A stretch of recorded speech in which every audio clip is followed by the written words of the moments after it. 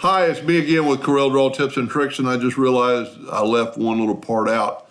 We've taken away the inner part to this white line. So if you wanted to correct that before you fill it in, just take your 2-point line and go from that node to that node. It's a little bit off, but you know, it's like a rope, and you could change that, get a little closer. So we do that on both sides. Let's go ahead and do it. Just take a 2-point line and go from node to node. Whoop, missed that one. Node to node, node to node. And I think the reason it's missing, if you ever have a line like that, just take your shape tool, grab that line and put it to that node.